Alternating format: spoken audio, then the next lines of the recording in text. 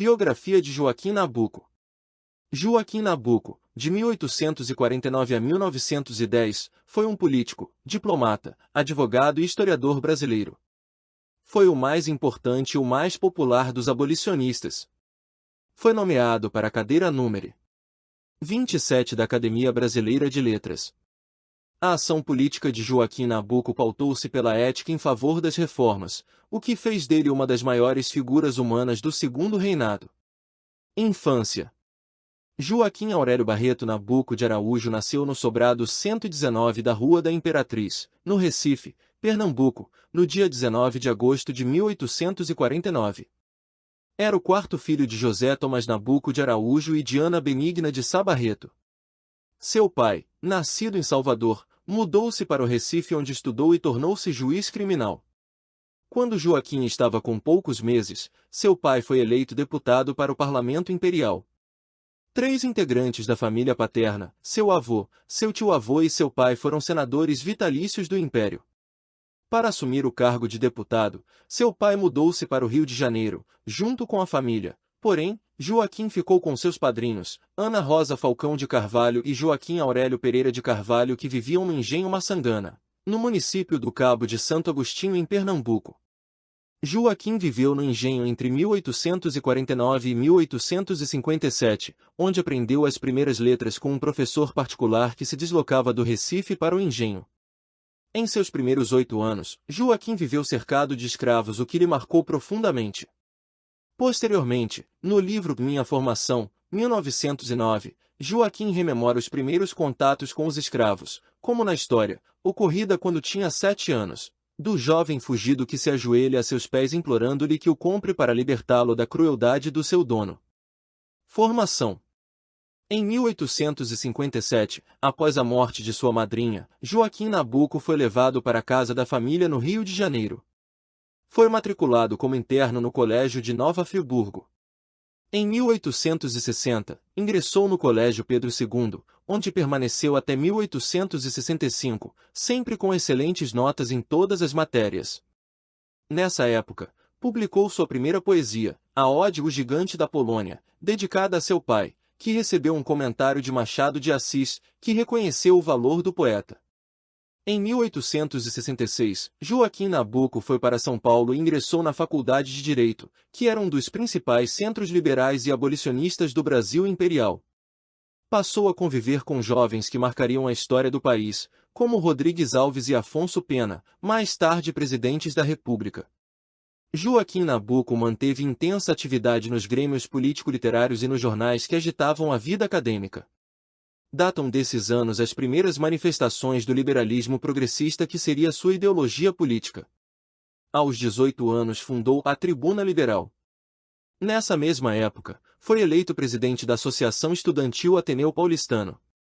Em 1869, transferiu-se para a Faculdade de Direito, do Recife, onde colou o grau em 1870. No último ano do curso defendeu, no júri, um escravo que, embora condenado à prisão perpétua, escapou da pena de morte. Carreira política e ideias abolicionistas. Abolicionista e contrário à pena de morte, atraiu logo a antipatia dos fazendeiros, o que lhe fechou as portas à carreira política. Além de atuar no escritório do pai, passou 8 anos se dedicando à publicação de seus primeiros livros. Joaquim Nabuco atuou também no jornalismo, com artigos para os periódicos A Reforma e A Época, este fundado por Machado de Assis, e folhetins dominicais para O Globo. Entre 1873 e 1874, com os recursos da herança da madrinha, viajou para a Europa, onde conheceu importantes intelectuais e políticos do continente. Sem perspectiva de uma eleição parlamentar, em 1876, contou com a ajuda do pai e ingressou na carreira diplomática como adido em Washington e depois foi transferido para Londres. Em 1878, com a morte do pai, retornou ao Rio de Janeiro e trocou a vida diplomática pela advocacia. No mesmo ano, com a volta dos liberais ao poder, Joaquim Nabuco candidatou-se à Câmara, sendo eleito deputado-geral da província. Como deputado, Joaquim Nabuco defendeu a eleição direta, a presença de não-católicos ao parlamento e a imediata abolição da escravatura. Joaquim Nabuco. Na luta pela abolição, Joaquim Nabuco não se encontrava sozinho na Câmara. Em 1880, transformou sua casa, na Praia do Flamengo, em uma sociedade brasileira contra a escravidão, lançou um manifesto e fundou o jornal O Abolicionista. Joaquim Nabuco viajou a Lisboa, Madrid, Paris e Londres, onde recebeu homenagens e incentivo à luta abolicionista. De volta ao Brasil, candidatou-se de novo ao parlamento, mas foi derrotado. De 1882 a 1884 exilou-se voluntariamente em Londres, onde escreveu O Abolicionismo, 1884. Em 15 de julho de 1884, o gabinete liberal Souza Dantas, apoiado por Nabuco, propõe uma série de medidas que visavam a extinção gradual da escravidão. Em 1885 foi promulgada a Lei dos Sexagenários. De volta ao Brasil, elegeu-se deputado por Pernambuco em 1885 e empenhou-se na campanha pela adoção de uma monarquia federativa, sob a regência da princesa Isabel. Em discurso na Câmara condenou a utilização do exército na perseguição dos escravos fujões. No dia 10 de março de 1888, caiu o gabinete do conservador Barão de Cotegipe e assumiu João Alfredo, que tinha a missão de propor a abolição, contando inclusive com os desejos da princesa Isabel. Lutando pelo projeto abolicionista, Nabuco encaminhou as medidas de urgência, até que no dia 13 de maio a Lei Áurea foi assinada. Casamento e filhos. Joaquim Nabuco manteve uma relação complicada com Eufrásia Teixeira Leite, que conheceu quando ela estava com 12 anos e ele com 13. Depois de se corresponderem por 2 anos, ele parou de escrever. 8 anos depois eles se reencontraram em um recital de poesia no Rio de Janeiro, os dois viajaram juntos para a Europa. Depois de idas e vindas, o plano de casamento não vingou. Joaquim Nabuco ficou solteiro até os 39 anos. Por fim, no dia 23 de abril de 1889, casou-se com a jovem Evelina Torres Soares Ribeiro, filha do Barão de Noã, fazendeiro fluminense. Depois de casados, foram residir em Paquetá. O casal teve 5 filhos: Carolina, Maurício, Joaquim, Mariana e José Tomás. Um monarquista. Nos últimos anos de sua atividade parlamentar, Joaquim Nabuco fez um discurso profético. O honrado presidente do Conselho, Visconde de Ouro Preto, deve inspirar-se em seu patriotismo para que o seu ministério não possa ser, em caso algum, o último da monarquia. Alguns dias depois, a 15 de novembro de 1889, proclamava-se a República do Brasil.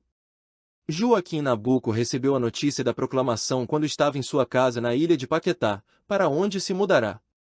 Nos primeiros anos da República, tentou, através do Jornal do Brasil, debater ideias políticas e criticar o novo regime, porém, afastou-se de toda atividade política. Embaixador. Em 1899, Joaquim Nabuco foi convidado para chefiar uma delegação brasileira a Londres, em nome do presidente da República, Campos Salles, defender perante a coroa britânica a causa dos limites entre o Brasil e a Guiana Inglesa. Em 1904, foi nomeado embaixador brasileiro nos Estados Unidos, onde proferiu várias conferências, nas universidades, sobre a cultura brasileira. Tornou-se amigo pessoal do presidente Theodore Roosevelt. Em 1906, voltou ao Rio de Janeiro, para presidir a terceira Conferência Pan-Americana, em companhia do secretário de Estado norte-americano Elihu Root. A volta ao Recife.